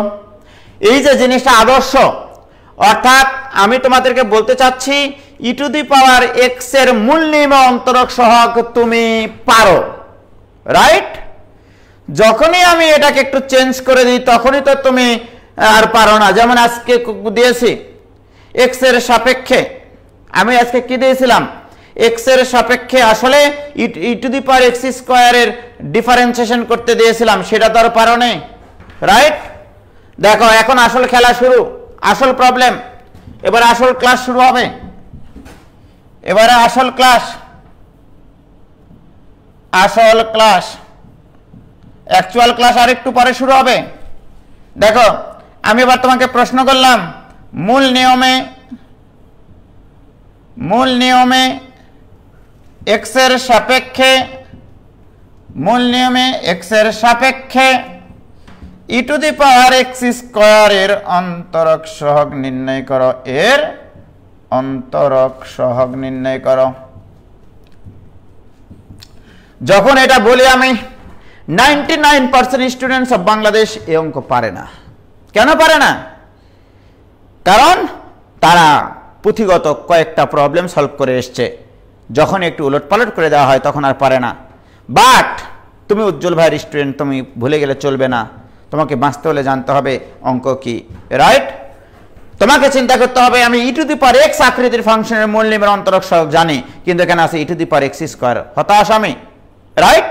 সুতরাং তোমাকে যেটাই থাক না কেন লিনিয়ার ফাংশন আকারে এর পাওয়ার লিনিয়ার ফাংশন থাকতে হবে, এটা সর্বপ্রথম কথা আমার, রাইট? প্রিয় শিক্ষার্থী বন্ধুরা, এই অঙ্কটা সলভ করতে গেলে সর্বপ্রথম ধরে নেব আগে f of x equal two তোমার নিয়ম অনুসারে e to the power x square প্রদত্ত ফাংশন। অতএব f of x plus h equal to e to the power x এর জায়গায় x plus h বসাইছি, সুতরাং এখানে হবে x plus h whole square. এটা হবে, রাইট? এখানে x এর স্থলে x plus h বসাইছো, এখানে x এর স্থলে x plus h বসাইছো। কিন্তু এবারে তো আর তোমার ক্ষমতা নাই এটাকে ভাঙিয়ে লিখবা যে e to the power x square into e to the power h square, এটা তো আর লিখতে পারছো না। এখানে জাতি নির্বাক, এখানে জাতি বাকরুদ্ধ হয়ে যায়, রাইট? তো আমি যেটা তোমাদেরকে শেখানোর চেষ্টা করতেছি, আমার পাওয়ার যেটাই থাক না কেন, যদি সেটা নন লিনিয়ার ফাংশন হয়, যদি সেটা নন লিনিয়ার ফাংশন হয়, সাইনের পরের ফাংশনটা যদি নন লিনিয়ার হয়, কজের পরের ফাংশনগুলো যদি নন লিনিয়ার হয়, অর্থাৎ আমার আদর্শ সূত্র প্রমাণের সময় আমরা লিনিয়ার ফাংশন ধরে মূল নিয়মে অন্তরক সহগ নির্ণয় করি ভাইজান, নন লিনিয়ার ফাংশন নিয়ে কিন্তু করি না, রাইট? যদি নন লিনিয়ার ফাংশন হয়, সেই নন লিনিয়ার ফাংশনকে তুমি একটা নতুন ফাংশন ধরে নাও, যেটাকে লিনিয়ার আকারে বলা যায়। ধরে নিলাম x square equal to z, ধরে নিলাম এটা আমি x square equal to z, এবং x plus h whole square এটাকে ধরে নিলাম z প্লাস k, অর্থাৎ z এর ক্ষুদ্র পরিবর্তন। এখানে k কে বোঝানো হয়েছে z এর ক্ষুদ্র পরিবর্তন, বোঝানো হয়েছে, জাস্ট বোঝানো হয়েছে, এইটুকু আগে মাথায় নাও, রাইট? প্রিয় শিক্ষার্থী বন্ধুরা, x স্কয়ার ইকুয়াল টু ধরেছি z, x plus h whole square equal to ধরেছি z প্লাস k, রাইট? এখন আমার প্রশ্ন, তাহলে এখান থেকে আমাকে বলতে হবে যে এই দুটো থেকে যদি বিয়োগ করি তাহলে k ইকুয়াল টু কত, k এর মানটা একটু বলো। k বের করলে হবে x plus h whole square minus x square, এখানে k এর পরিচয় এটা, k মানে z এর ক্ষুদ্র পরিবর্তন। আমরা যেমন ওখানে x নেওয়ার পরে x প্লাস h নিয়েছিলাম, h হচ্ছে x এর পরিবর্তন, এখানে আমি z এর সাথে k যুক্ত করে বুঝাইছি kটা হচ্ছে z এর ক্ষুদ্র পরিবর্তন। কি ক্লিয়ার এইটুকু? প্রিয় শিক্ষার্থী বন্ধুরা, এবারে আমাদের মূল নিয়মের সংজ্ঞানুসারে আমাকে আসলে লিনিয়ার ফাংশনে প্রকাশ না করা পর্যন্ত হবে না, তাহলে অতএব ddx of f of x, আগে মূল নিয়মের সংজ্ঞানুসারে আমরা সূত্রটা আগে লিখে ফেলি। মূল নিয়মের সংজ্ঞানুসারে পাই দিস ইকুয়াল টু, আস্তে আস্তে চিন্তা করো, বা limiting value h tends to 0। এখানে আরো একটা কথা বলার আছে, সেটা বলতেছি, f of x plus h minus f of x divide by h। প্রিয় শিক্ষার্থী বন্ধুরা, এই যে এই জায়গাটা থেকে তুমি বলতে পারো, অ্যাকচুয়ালি এই দুটা জায়গা থেকে যেখানে তুমি এই h আর k এর মান চিন্তা করেছো, যে যদি h টেন্ডস টু 0 হয় তাহলে k টেন্ডস টু 0 হবে। তুমি দেখো h এর মান যদি তুমি এখানে 0 বসাও, তাহলে x square minus x square, তার মানে কি k এর মান 0, তাহলে h টেন্ডস টু 0 হলে k এর মানও কিন্তু tends to 0। This equal to limiting value h tends to 0। এবার f of x plus h এর মানে আসো, f of x plus h মানে e to the power x plus h whole square minus e to the power x square divided by h। এখন তোমাদের কাছে আমার প্রশ্ন, তুমি তো এই ধরনের ফাংশনের সীমাস্ত মান বের করা শিখো নাই, তুমি শিখেছো এর পাওয়ারে যদি লিনিয়ার ফাংশন থাকে। তো আমি কিন্তু এগুলোকে লিনিয়ার ফাংশনের আকারে লিখেছি। দেখো, this equal to limiting value h tends to 0, এটাকে লিনিয়ার ফাংশন আকারে লিখো। এটা মানে লিনিয়ার ফাংশন আকারে মানে কি, e to the power z plus k minus e to the power z divided by, এইবারে তোমার মনে পড়বে এই অঙ্কের কথা, যখন আমি এই অঙ্কটা করেছিলাম ভাই জানি e to the power x plus h minus e to the power x divided by, যদি h থাকতো তাহলে অঙ্কটা কত সুন্দর হতো। এখন সেটা এখানে আছে এরকম, e to the power h tends to 0, e to the power z plus k minus e to the power z, তাহলে এখানে একটা k লাগবে। খেয়াল করো ভাইজান, এখানে একটা k লাগবে, কিন্তু তোমার নিচে কিন্তু k ছিল না, এখানে হবে k ডিভাইডেড বাই h। এই k আর এই k কাটে, এই k আর এই k কাটে। প্রিয় শিক্ষার্থী বন্ধুরা, তোমরা এখন বলবো ভাই আপনি তো এখানে e to the power z plus k নিলেন, minus e to the power z নিলেন, ডিভাইড বাই k নিলেন, তাহলে এখানে h টেন্ডস টু না লিখে k টেন্ডস টু 0 লেখেন। আমি লিখতেও পারি, নাও লিখতে পারি, কারণ আমি সাইডে নোট দিয়ে রাখেছি যে h টেন্ডস টু 0 হলে k টেন্ডস টু 0। বলো এইটুকু ক্লিয়ার কিনা? প্রিয় শিক্ষার্থী বন্ধুরা, দিস ইকুয়াল টু, এই লিমিটটা এর সাথেও নিব, এই লিমিটটা এর সাথেও নিব, তাহলে limiting value h tends to 0, এটা k টেন্ডস টু 0 লিখতেছি কারণ এখানে k এর ফাংশন, এখানে e to the power z common নিব, কমন নিলে থাকবে e to the power k minus 1 divided by k. এখানে কে টেন্ডস টু 0 কেন নিলাম? আমি ডান পাশে তোমাদেরকে দেখিয়ে রাখেছি যে এইচ টেন্ডস টু 0 হলে k tends to 0 into limiting value h tends to 0। এখানে কিসের মান লাগবে? কে এর মান লাগবে। কে এর মান আমি বের করে রাখেছি ভাইজান, কে এর মান x plus h whole square minus x square. তার মানে সরি,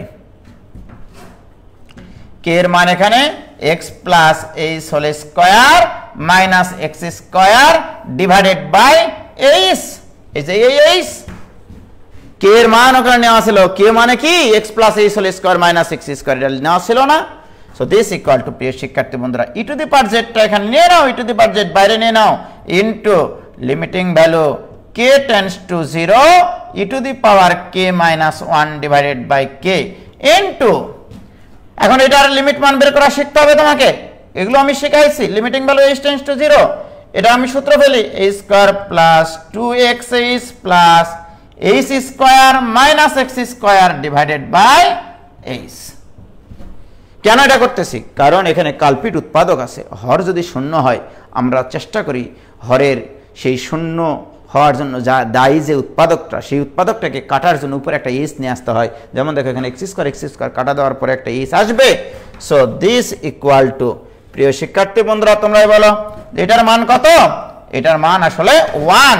তাহলে e to the power z into 1, আর লিখবো না এটা, এখানে থাকছে তোমাদের limiting value h tends to 0 into, এখান থেকে এক্স স্কয়ার কাটে একটা এইচ কমন নিয়ে এটা থাকে মাঠে, কি থাকে 2x প্লাস এইচ, একটা এইচ কমন নিয়ে কাটা দিয়েছি। এবারে যদি তুমি এখানে এইচ এর মান বসাও 0, এবার তুমি hero e to the power z into h এর মান যদি এখানে 0 বসাই হবে 2x। এ পাগলারা, হোয়াট ইজ জেড? জেড তো ধরা ছিল জেড মানে এক্স স্কয়ার, তাহলে this equal to 2x into e to the power x square. Wow, excellent জিনিস। তাহলে অতএব আমরা কি পাইলাম আসলে? এফ অফ এক্স এর differentiation. What is f of x? E to the power x square. তাহলে অতএব ddx of E to the power x square, ddx of E to the power x square equal to 2x into E to the power x square. Actually আমি আজকে যে অঙ্কগুলো দিয়েছিলাম, বিশেষ করে 21-22 এর স্টুডেন্টরা 2 সেকেন্ডে অঙ্কটা পারার কথা ছিল তোমাদের। আমি অঙ্কটা দিয়েছিলাম এই সাইজে, এইভাবে দিয়েছিলাম, ভাষাটা দিয়েছিলাম এরকম ভাবে যে f of x equal to e to the power x square হলে, e to the power x square হলে limiting value h tends to 0 f of x plus h minus f of x divide by h এর মান কত? এটা মানে এই জিনিসটার differentiation. আর e to the power x square differentiation তোমরা 2 বছর থেকে পড়ে আসতেছ না? 23 সাল এটা শিখবে আজকে সর্বপ্রথম, কারণ ওরা ডিফারেন্সিয়েশন এখনো শিখে নাই, কাফফারা জিনিস কি সেটা শিখে নাই, এই জন্য তো ওরা এইভাবে শিখবে। ওই জন্য আমি এইভাবে সলভ দিয়েছি, রাইট? এমনিতে এইভাবে সলভ দেইনি। এবং তোমরা 21-22 মনে রাখো, যদি আমি প্রশ্ন করতাম এবার ইন্টারমিডিয়েট ফাইনাল পরীক্ষা 21 অথবা 22-এ, আমি এই প্রশ্ন দিতাম মূল নিয়মে ই টু দি পাওয়ার এক্স স্কয়ারের অন্তরক সহগ নির্ণয় করো। 99% স্টুডেন্ট পারতো না। কি ক্লিয়ার? কি ক্লিয়ার? বলো ভাইজান, বলো কোথাও কি কোনো সমস্যা আছে? বলো।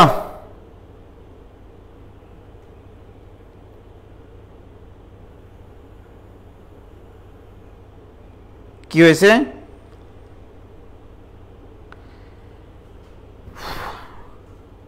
বলো ক্লিয়ার কিনা?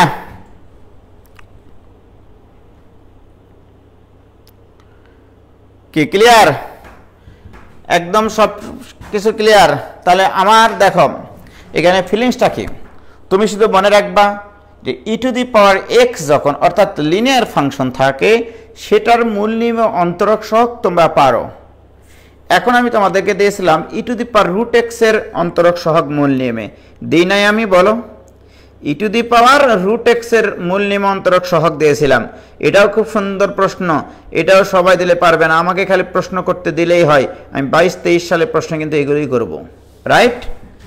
এবং খুবই পরিচিত একটা অঙ্ক দিয়েছিলাম x two the power x, এটার অন্তরক সহগ নির্ণয় করো মূল নিয়মে। আমি যদি বলি, আমাকে যদি প্রশ্ন করতে দেয়, আমি সত্যি সত্যি প্রশ্নও করব না। আমাকে যদি প্রশ্ন করতে দেয়, আমি প্রশ্ন করব এটা মূল নিয়মে এক্স এর সাপেক্ষে x two the power x এর অন্তরক সহগ নির্ণয় করো। 100% বলে রাখলাম। আর এবছর যদি আমাকে বুয়েটে একবারও প্রশ্ন করতে দেয়, আমি ডিফারেন্সিয়েশন থেকে কোনো অঙ্ক দিব না, না দিয়ে দিব যে মূল নিয়মে এক্স এর সাপেক্ষে x two the power x এর অন্তরক সহগ নির্ণয় করো। আমি বলে রাখলাম, তোমাকে স্ট্যাম্পের উপরে লিখে দেবো ভাইজান, উজ্জ্বলের ছাত্র ছাড়া বাংলাদেশের খুব কম স্টুডেন্ট আছে এইটার মূল নিয়ম অন্তরক সহগ পারে, বলে রাখলাম। 100% বলে রাখতেছি, যাও, পারবে না কেউ। তো প্রিয় শিক্ষার্থী বন্ধুরা, এবার দেখো আমরা মূল নিয়মে এটা করব। এখন আর এভাবে করবো না, হ্যাঁ। মূল নিয়মে বুঝে গেছো তোমরা যে আমি আজকে যে অঙ্কগুলো দিয়েছিলাম সেগুলো আসলে মূল নিয়মে অন্তরক সহগ দিয়েছিলাম। আমি এবার এই অঙ্ক দিব, f of x equal to e to the power root x হলে রাইট। আমি তাহলে দেব এইরকম যে limiting value h tends to 0 f of x plus h minus f of x divided by h এর মান কত হবে, রাইট। তার মানে এই জিনিসটা মানেই এফ অফ এক্স যদি দেওয়া থাকে, এই জিনিসটা মানেই বোঝায় এক্স এর সাপেক্ষে এটার ডিফারেন্সিয়েশন।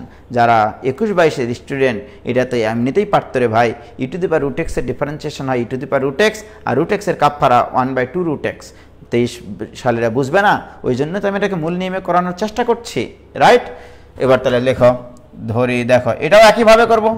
ধরি e to the power root x, আমার থাকার কথা ছিল কিন্তু এক্স, এটা equal to f of x, sorry এটা এফ অফ এক্স ধরতে হতো আগে,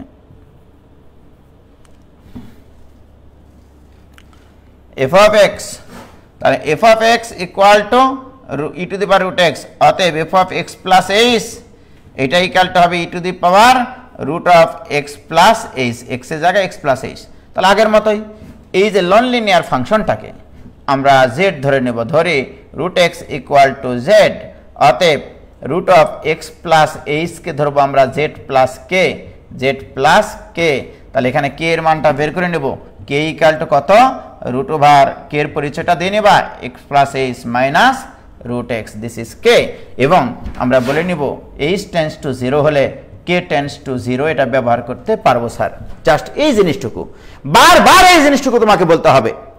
অর্থাৎ এখানে যে দুটো ফাংশন পাচ্ছ তুমি বারবার নন লিনিয়ার ফাংশন, একটাকে ধরবা জেড আর একটাকে ধরবা জেড প্লাস কে, সেখান থেকে কে এর মানটা বের করে নিবা, কারণ সেগুলো লিনিয়ার ফাংশনে রূপান্তর হয়ে যায়, সেটা ডিফারেন্সিয়েশন আমরা করতে পারি, রাইট। প্রিয় শিক্ষার্থী বন্ধুরা, অতএব মূল লিমিট সংজ্ঞা হিসেবে পাই, অতএব এই লিমিটটা এখন বের করব। Limiting value h tends to 0 f of x plus h minus f of x divided by h, এটা করবো এখন। প্রিয় শিক্ষার্থী বন্ধুরা, প্রিয় শিক্ষার্থী শ্রোতা ভাই বোনেরা, দিস ইকুয়াল টু, এটা জুয়েল ভাইয়ের ভাষা। Limiting value h tends to 0 e to the power root over x plus h minus e to the power root x divided by h. Okay, very good, কোনো কথা নাই এখন। Limiting value h tends to 0, এবার root over x plus h কে লিখবো root over e to the power z plus k, আমার linear ফাংশনে লিখতেছি e to the power z divided by, এখানে লাগবে k into k divided by h. Wow, k divided by h একইভাবে, এক same সব ক্ষেত্রে তাই। কি ক্লিয়ার প্রিয় শিক্ষার্থী বন্ধুরা? This equal to limiting value h tends to 0, এখানে এইচ টেন্ডস টু 0 না লিখে কে টেন্ডস টু 0 লিখবো, k tends to 0 e to the power z common নিব, কমন নিলে e to the power k minus 1 divided by k into, এখানে আবার limiting value h tends to 0 লিখবো, কারণ এখানে এইচ এর ফাংশন দাঁড়াবে। কে মানে কি, কে মানে তোমরা দেখেছো আমি লিখেছি এক root over x plus h minus root over x divided by h. এই যে দেখো কে এর মান বের করা আছে আমাদের উপরে, এই দেখো কে এর মান root over x plus h minus root x বসিয়ে দিয়েছি। প্রিয় শিক্ষার্থী ভাই এবং বোনেরা, কে টেন্ডস টু যখন 0 হয়, আবেগে 0 লিখতে ভুলে গেছি, কে টেন্ডস টু যখন 0 হয় তখন এটার মান কত হয় বলতে পারবা? এটার মান হয় 1। সো দিস ইকুয়াল টু থাকবে e to the power z into. এইবারে আসো, যারা 23 ব্যাচের স্টুডেন্ট তাদেরকে একটু বলি, যদি কখনো কোনো লিমিটের মান বসালে লবে 0 আসে, হরেও 0 আসে, হর যদি শুধু 0 হয় আর যদি লব এবং হরের রুট ফাংশন থাকে তাহলে সেটার অনুবন্ধী রাশি দ্বারা লব এবং হরকে গুণ করতে হয়। অথবা আমি তোমাদেরকে আরো একটা জিনিস শিখাইছি, সেটা হচ্ছে এরকম যে root a minus root b এটা ইকুয়াল টু অ্যাকচুয়ালি হয়, দেখো এটা ইকুয়াল টু হয় a minus b divided by root a plus root b, একই জিনিস কিন্তু। অর্থাৎ এইটা যদি এর পাশে পার করি তাহলে a plus b into minus b মানে a square minus b square করলে এ মাইনাস বি হয়। অর্থাৎ এই জিনিসটাকে আমরা রুট মুক্ত করতে চাইলে এটা, আচ্ছা সরি এখানে তো আছে, এখানে তো লিখবো রে ভাই, সরি। আমরা কি করি, এর অনুবন্ধী রাশি দ্বারা লব এবং হরকে গুণ করি। ওটা আমি মনে রাখাই না, আমি মনে রাখাই এটা root a minus root b আছে, root a minus root b equals to a minus b, অর্থাৎ এটা এ এটা বি, অর্থাৎ এক্স প্লাস এইচটা হচ্ছে a minus b divided by root a plus root b, এই যে দেখো ইনটু এখানে আছে কিন্তু এইচ, আমি কিন্তু এখানে লিমিটটা লিখতে ভুলে গেছি, limiting value h tends to 0। প্রিয় শিক্ষার্থী বন্ধুরা, root a minus root b কে লেখা যায় a minus b divide by root a plus root b. কেন লিখলাম এটা? এ এক্স আর এক্স কাটতে এখানে শুধু থাকবে এইচ, এইচ আর এইচ এখান থেকে হারিয়ে দেব, এইচ থেকে হারানো, রাইট? প্রিয় শিক্ষার্থী বন্ধুরা, এবার তোমরা বলো এক্স আর এক্স কাটা, এইচ আর এইচ কাটে, কি থাকে মাঠে? থাকবে তোমার e to the power z into limiting value h tends to 0 1 divided by root over x plus h plus root x. এ জেড মানে কি গো? জেড মানে রুট এক্স, মনে আছে তোমাদের? জেড মানে রুট এক্স উপরে ধরা আছে। এবারে এইচ এর মান বসালে এটার অসংজ্ঞায়িত হয় না। এখানে দেখো এই কাল্পিট উৎপাদক ছিল এইচ, এই কাল্পিট উৎপাদককে কাটার জন্য আমি উপরে একটা এইচ নিয়ে এসেছি। প্রিয় শিক্ষার্থী বন্ধুরা, এবারে এইচ এর মান এখানে বসালে 1 by root x plus 1 by 1 root x. Root x কয়টা রুট এক্স হলো? 2টা, সুতরাং e to the power root x divided by 2 root x. আমি কেন আজকে 25 মিনিট সময় দিয়েছিলাম বলো? 7টা অঙ্কের জন্য মাত্র, এই কারণে দিয়েছিলাম, রাইট? বলবা যে ভাই এগুলো অঙ্ক দিবেন আর আমরা পারবো? 23 ব্যাচের স্টুডেন্টরা তো আজকে হতাশ হয়ে গেছে, নিশ্চিত হতাশ হয়ে গেছে। আজকে ইনশাল্লাহ আর হতাশ হবে না, ইনশাল্লাহ এগুলো পারবে। কি ক্লিয়ার? বলো ক্লিয়ার কিনা? কি হয়েছে?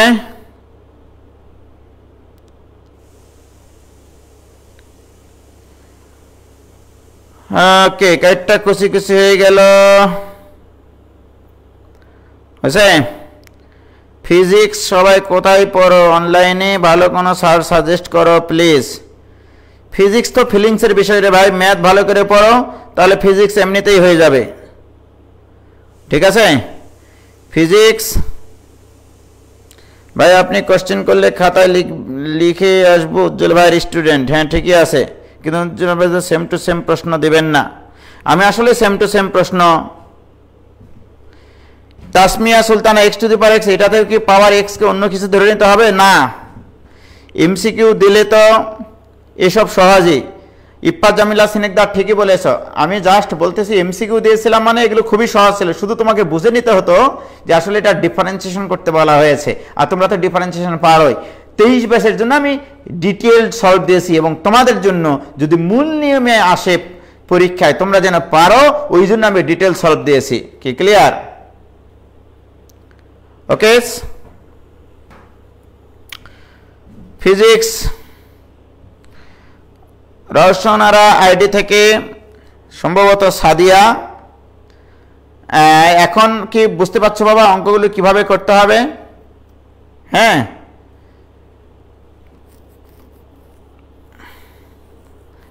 ফারিয়াজান ভাইজান একদিন মাছ গোস্ত নিজের হাতে কেটে আমাদের জন্য রান্না করে খাওয়ান। ফর্মুলা তো মনে থাকা লাগবে। তোমার মূল কথা হচ্ছে এই অঙ্কগুলোর যে তোমাদের যে বেসিক সূত্রগুলো সেগুলো কি দিয়ে তোমরা পারতা সেই জায়গাতেই নিয়ে যেতে হবে। যেমন দেখো সাইন ইনভার্স এক্স দিয়েছি, খুবই সুন্দর। আমি তোমাদেরকে আজকে বাড়ির কাজ দেব প্রত্যেকটার ইনভার্সগুলো করতে। সাইন ইনভার্সের একটা করিয়ে দিই। আরে ফিজিক্স নিয়ে এত চিন্তা ভাবনা করো কেন? ফিজিক্সের মতো কোনো সোজা সাবজেক্ট আছে পাগলারা? হ্যাঁ, আজকে যেমন যে আমাদের রাতুল আমার ছাত্র ছিল, খুব ভালো ছেলে, ও মাস্টার গ্রুপে ক্লাস নিচ্ছিল, আমি গোটা ক্লাসই করেছি, ও খুব সুন্দর পড়াইলো। তো আমার তো মনে হয় ফিজিক্স মানে ফিলিংস নিব, বাহ্যিক জিনিসপত্র দেখবো আর ফিজিক্সকে ফিলিংসের মধ্যে নিয়ে নিব। কি? আরে রোদ, আরে হোয়াট ইজ রোদ? রোদ মানে বাধা সৃষ্টি করা। রোদের সাথে কারেন্টের সম্পর্ক কি? আরে ভাই কারেন্টের, আমি যদি এইভাবে চিন্তা করি যে একটা রাস্তা আছে, সেই রাস্তাটা হচ্ছে তারের মধ্যে রোদ আছে মানে মনে করো রিক্সা ভ্যান গাড়ি এগুলো আছে। তো ঠিক আছে, রাজশাহী 0 পয়েন্ট থেকে আমি মনে করো লক্ষ্মী ইয়াতে যাবো, হচ্ছে কলেজে স্কুল পর্যন্ত যাবো ধরে না, বা রাজশাহী কলেজ পর্যন্ত যাব। আরে ভেরি গুড, আমার এই রাস্তার দৈর্ঘ্য তো একটা আছে। আমি যদি এইভাবে চিন্তা করি, একটা মানুষকে যদি আমি বলি যে তুমি কারেন্ট, তুমি এই 0 পয়েন্ট থেকে তুমি যাবা হচ্ছে কলেজের স্কুল পর্যন্ত, রাইট? ভাইজান বলো, স্বাভাবিকভাবে রাস্তায় গাড়ি ঘোড়া রিক্সা ভ্যান এগুলো চলাচল করে। প্রিয় শিক্ষার্থী বন্ধুরা, আমি যদি বলি এই কারেন্টের মান কীরকমভাবে পরিবর্তিত হতে পারে, দেখো 0 পয়েন্ট থেকে যদি কলেজের স্কুলে যাওয়া হয়, রিক্সা গাড়ি যদি থাকে, সে দৌড়াতে থাকলো, দেখা গেল যে পরিমাণ ধাক্কা খাবে, সে যদি লক্ষ্মীপুর মোড়ে যেতে চায় ধাক্কার পরিমাণ বেশি হবে, বাধা বেশি হবে। তার মানে আমরা বলতে পারি এই কারেন্টের মান কিন্তু রোদের এই দৈর্ঘ্যের সমানুপাতিক। দৈর্ঘ্য যত বেশি হবে রোদ কারেন্টের না, রোধের পরিমাণ ও রোধ মানে বাধা সৃষ্টি করা। তাহলে বাধার মান দৈর্ঘ্য যত বেশি হবে, ঘনত্ব অপরিবর্তিত রেখে, ক্ষেত্রফল অপরিবর্তিত রেখে, টেম্পারেচার অপরিবর্তিত রেখে যদি আমি এই 0 পয়েন্ট থেকে কলেজের স্কুলে যাই, তাহলে যে পরিমাণ বাধা পাবো, কারেন্ট যে পরিমাণ বাধাগ্রস্ত হবে, কারেন্ট মানে যে লোকটা দৌড়াবে, 0 পয়েন্ট থেকে যদি লক্ষ্মীপুরে যেতে বলি তাহলে তার বাধার পরিমাণ বাড়বে। তাহলে আমি বলতে পারি রোধ দৈর্ঘ্যের সমানুপাতিক। এই ক্ষেত্রে কাকে কাকে স্থির থাকতে হবে? দৈর্ঘ্য ক্ষেত্রফল স্থির থাকতে হবে, ঘনত্ব স্থির থাকতে হবে। ঘনত্ব মানে কি? দেখো ঘনত্বের সাথে কেন সম্পর্কিত এখানে। মনে করো হরতালের দিনে তুমি দৌড়াইলা, তাহলে তোমার রোধ কম হবে। হরতালের দিনে রাস্তা ফাঁকা, তুমি কারোর সাথে ধাক্কা খাবা না। তাহলে অহরতালের দিনে, যেদিন হরতাল নাই সেদিন গাড়ি ঘোড়া প্রচুর জ্যাম থাকে, জ্যাম থাকলে তোমার বাধা বেশি হবে। তার মানে ঘনত্ব বেশি হলে, যদি মাধ্যমের ঘনত্ব বেশি হয় তোমার বাধার পরিমাণ বেশি হবে, রাইট? যদি হরতালের দিন হয় তাহলে ঘনত্ব কম থাকে, বাধার পরিমাণ কম হবে। আমি এই জন্য বলছি। তাহলে ঘনত্ব যদি স্থির থাকে, ক্ষেত্রফল যদি স্থির থাকে, টেম্পারেচারের কথা বলি, যদি মনে করো শীতের দিনে হয়, মনে করো প্রচুর লোকজন মনে করো গাদাগাদি করে বসতে পারে, আর যদি টেম্পারেচার বাড়িয়ে দেওয়া হয়, রোদ প্রচন্ড রোদ, একবারে 46-47 ডিগ্রি সেলসিয়াস তাপমাত্রা, ওই রাস্তায় দেখবা ঘনত্বটা আর থাকবে না, এরকম মানুষের গা গলে যাবে, তখন ছুটাছুটি করে রাস্তা ফাঁকা হয়ে যাবে, তখন যে দৌড়। তার মানে কি? তোমার বাধার পরিমাণ কম হবে। ঘনত্ব যত কম হবে বাধার পরিমাণ তত কম হবে। প্রিয় শিক্ষার্থী বন্ধুরা, তাহলে তাপমাত্রার সাথে ঘনত্বের সম্পর্ক আছে। ক্ষেত্রফল দেখো, একটা চিকন রাস্তাতে তুমি দৌড়াচ্ছ, তুমি মনে করো কোনো কিছু চুরি করতে গেছো চিকন রাস্তায়, রাইট? তারপরে তোমার ধরার জন্য তোমার পিছনে মনে করো তাড়া দিয়েছে, এই দেয়ালে একবার ধাক্কা, এই দেয়ালে একবার ধাক্কা, এই দেয়ালে একবার ধাক্কা, এই দেয়ালে একবার ধাক্কা, এইভাবে ধাক্কা খাইতে খাইতে তুমি চলতে থাকবা, রাইট? তার মানে কি? ক্ষেত্রফল যদি কম হয় ধাক্কার পরিমাণ বাড়বে, তাহলে রোদের পরিমাণ বাড়বে। তার মানে কি? ক্ষেত্রফল যত বাড়বে ধাক্কার পরিমাণ তখন কমবে। তাহলে এগুলো মুখস্থ রাখার কি দরকার আমার, তাই কি না? তাহলে রোধের পরিমাণ কার কার উপর নির্ভরশীল, এটা নিজের ফিলিংস থেকে নিয়ে আসলেই তো হয়, ঠিক কিনা বলো? সুতরাং এগুলো নিয়ে কেন এত চিন্তা ভাবনা? আজকে যেমন রাতুল খুব সুন্দর